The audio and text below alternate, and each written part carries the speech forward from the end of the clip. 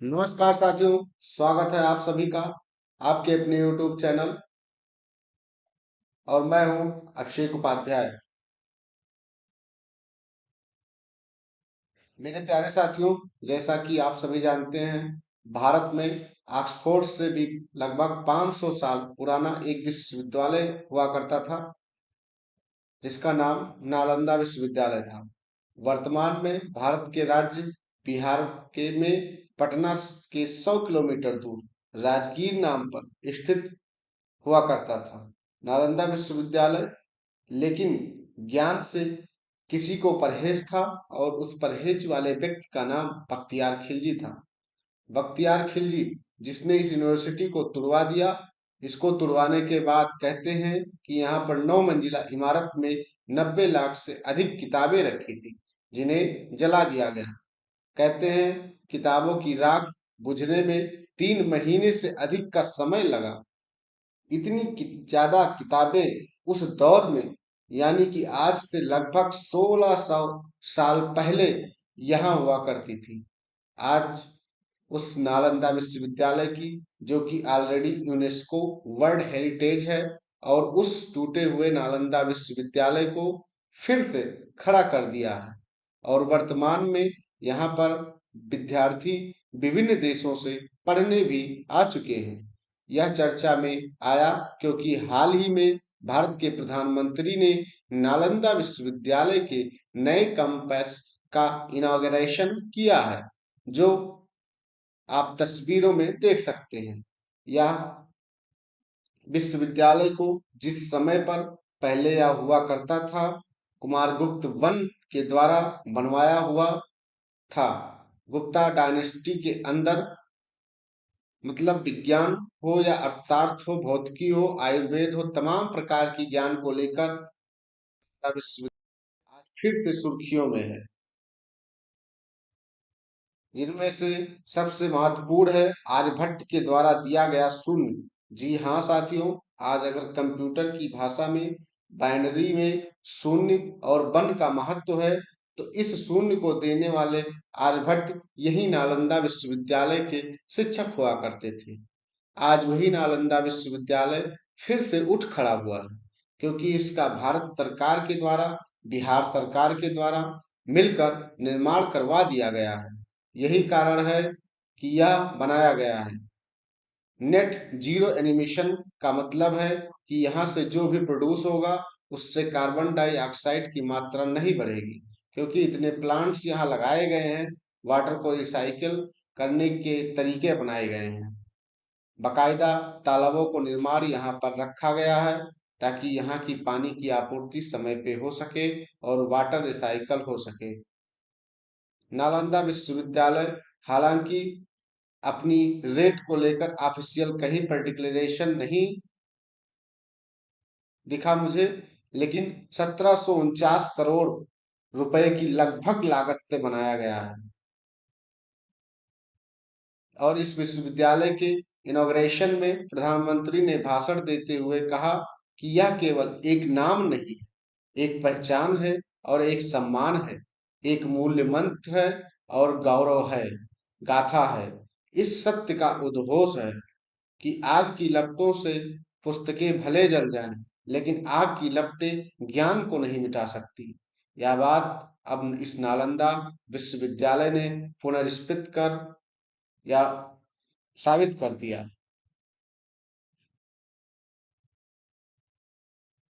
लगभग 1500-1600 साल पहले दुनिया के लगभग 15,000 से अधिक विद्यार्थी, 1500 से ज्यादा शिक्षकों से यहाँ पढ़ने आया करते थे।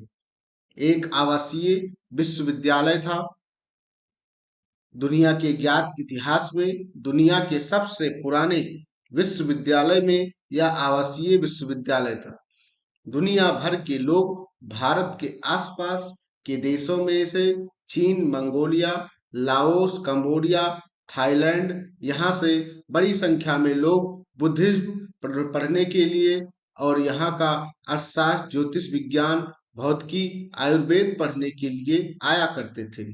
आने के बाद इस ज्ञान के केंद्र को, जो कि बाद में इतिहास के अंदर इसकी व्याख्या मिलती है कि बख्तियार खिलजी नाम के एक व्यक्ति ने, जो कि सल्तनत पीरियड के दौरान भारत में आया था, उसके द्वारा इसे मिटा दिया जाए। और उसके अंदर इस बात की घृणा थी कि यदि यह चलता रहा तो इस्लाम को इसकी वजह से बहुत चुनौती मिलेगी। इस्लाम को मिलने वाली चुनौती को ध्यान में रखते हुए बख्तियार खिलजी ने इसे नष्ट कर दिया, क्योंकि यहाँ पर उस समय चिकित्सा के क्षेत्र में भी बहुत जबरदस्त कार्य होते थे। चिकित्सा में आयुर्वेद यहाँ का बहुत ही महत्वपूर्ण विभाग हुआ करता था।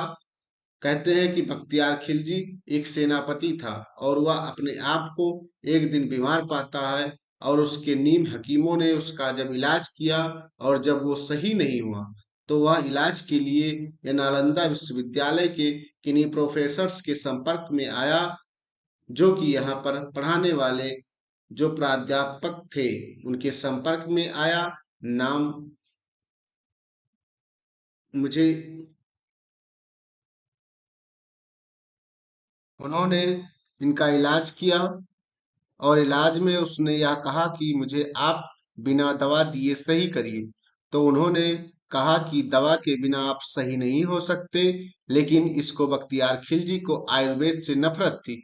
तो बोले आयुर्वेद दवाई मैं नहीं लूंगा, लेकिन उनको सही करने के लिए उसकी पुस्तक पर आयुर्वेदिक दवाई लगाई गई और उससे कहा गया कि आप कुरान पढ़िए, आप ठीक हो जाएंगे।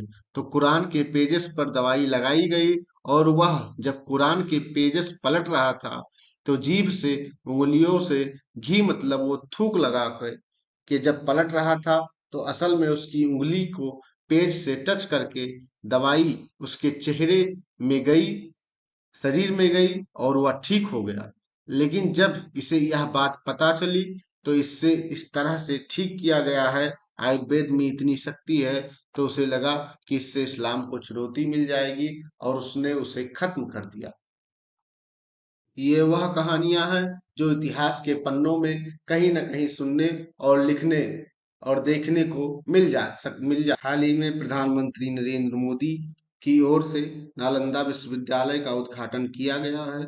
यह नालंदा विश्वविद्यालय का नया परिसर है, नया कैंपस है।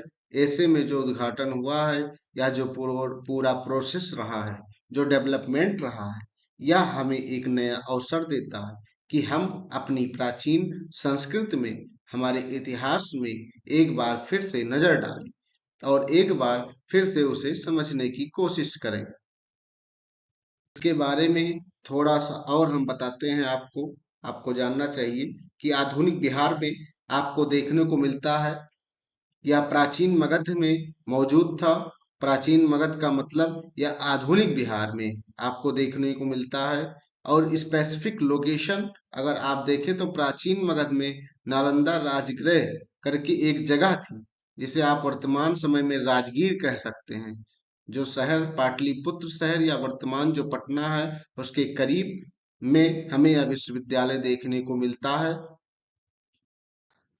स्थापना की अगर बात करें, इसकी स्थापना 5वीं शताब्दी के आसपास की गई थी। इसकी स्थापना का श्रेय कुमारगुप्त को दिया जाता है, जो गुप्त राजवंश से संबंधित है, और कई किताबों में उनको शक्रादय के नाम से भी परिभाषित किया गया है। इस नाम से भी संबोधित किया गया है। अब यहाँ पर जो कुमारगुप्त थे, वो बेसिकली हिंदू धर्म को फॉलो करते थे, और जो नालंदा विश्वविद्यालय था, वो बौद्ध धर्म का एक इम्पोर्टेंट सेंटर था, जो यहाँ पर स्टूडेंट आकर रह सकते थे, और रहने के साथ साथ अपनी शिक्षा जो है प्राप्त कर सकते थे। दुनिया भर के अलग अलग देशों से यहाँ पर स्टूडेंट देखने को मिलते थे, जैसे कि चीन हो गया, कोरिया हो गया, अभी हमने बताया है आप लोग को। और 8वीं और 9वीं शताब्दी के आसपास ये जो पूरा विश्वविद्यालय था, यह पाल वंश के अधीन रहते हुए पाल वंश के संरक्षण में अपने उरूज पर पहुंचता है। अपने विश्वविद्यालय जो है बहुत ज्यादा तरक्की करता है, अंतरराष्ट्रीय स्तर पर ख्याति प्राप्त करता है। दुनिया भर के कई जो स्कॉलर्स थे, वो यहाँ पर आते थे, और जो भारत के भी जो सबसे इम्पोर्टेंट स्कॉलर थे, वो यहाँ पर आपको देखने को मिलते हैं। जैसे कि एक उदाहरण के तौर पे अगर आप देखें तो भारतीय गणितज्ञ और शून्य के आविष्कारक आर्यभट्ट जो है 6ठी शताब्दी के दौरान यहाँ पर एक शिक्षक के तौर पर, एक टीचर के तौर पर, एक मार्गदर्शक के तौर पर, एक गाइड के तौर पर मौजूद थे। इसके अलावा विश्वविद्यालय में एक बहुत इम्पोर्टेंट लाइब्रेरी भी मौजूद थी, पुस्तकालय था जिसको धर्म गूंज के नाम से जाना जाता था। और यह जो पुस्तकालय था, यहाँ पर जो है विश्वविद्यालय में तकरीबन 9 मिलियन हस्तलिखित पांडुलिपियां मौजूद थी, जो कि बौद्ध धर्म का दुनिया का सबसे समृद्ध ज्ञान का भंडार माना जाता था। लेकिन इसके बाद पुस्तकालय को किसी की नजर लगती है, नालंदा महाविश्वविद्यालय का विध्वंस हमें देखने को मिलता है। 1190 के आसपास तुर्क अफगान सैन्य जनरल बख्तियार खिलजी जो थे, उसके द्वारा बेसिकली आगजनी का शिकार हो जाता है पूरा विश्वविद्यालय। वहाँ की जो लाइब्रेरी थी उसमें आग लगा दी जाती है, और आग लगने के दौरान ये पूरा पुस्तकालय, ये जो पुस्तकालय में आग लगी थी, ऐसा कहा जाता है कि आग तकरीबन 3 महीने तक पुस्तकालय को जलाती रही। अभी हमने आगे आप लोग को बताया है, 3 महीने तक पुस्तकालय को जलाती रही। वहाँ की लाइब्रेरी धू धू कर वहाँ किताबें जलती रही। इसी कारण जो बौद्ध धर्म का इतिहास था वो भी उसी के साथ नष्ट होता चला गया। इसका जो पहला विचार आता है मॉडर्न इंडिया में, वो विचार आपका पेश किया जाता है हमारे पूर्व राष्ट्रपति डॉक्टर एपीजे अब्दुल कलाम की ओर से 2006 में। इसके बाद 2010 में नालंदा विश्वविद्यालय अधिनियम पारित होता है। 2014 में राजगीर के पास एक इलाके में इसका निर्माण का काम शुरू होता है। 2016 में पूर्व राष्ट्रपति प्रणब मुखर्जी द्वारा राजगीर के पलाखी गांव में इसका जो है पलाखी गांव में स्थिर इसके परिसर की आधारशिला रखी जाती है। और फिर 2017 में निर्माण कार्य शुरू होने के बाद काम खत्म होता है, और अब इसका जो है उद्घाटन किया जा रहा है इस समय। यह हमने इसका थोड़ा सा बैकग्राउंड शून्य कार्बन उत्सर्जन अवधारणा को फॉलो करता है। आज के समय में जो वैज्ञानिक ऑब्जर्वेशन होता है उसी के अनुसार यह बनाया गया है। ग्रीन हाउस गैस उत्सर्जित करता है उतना ही ऑब्जर्व भी कर लेता है। इसके अलावा यहाँ पर लगभग 1976 को पढ़ाने के लिए जो सुविधाएं मौजूद हैं, 40 क्लासरूम आपको मिलेंगे, 300 से ज्यादा संयुक्त बैठक की क्षमता वाले 2 आपको सभागार भी देखने को मिलेंगे। 550 छात्रों के लिए यहाँ पर छात्रावास है।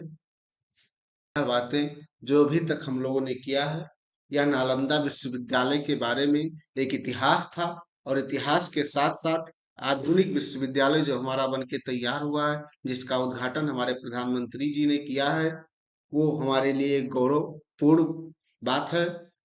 हमने जितने भी पॉइंट्स पर चर्चा की है वो पॉइंट्स आपको समझ में आए होंगे, और अगर वीडियो पसंद आई तो लाइक कीजिए, शेयर कीजिए, और अपने दोस्तों को वीडियो के बारे में बताइएगा। मिलते हैं आपसे अगली वीडियो में, तब तक के लिए धन्यवाद।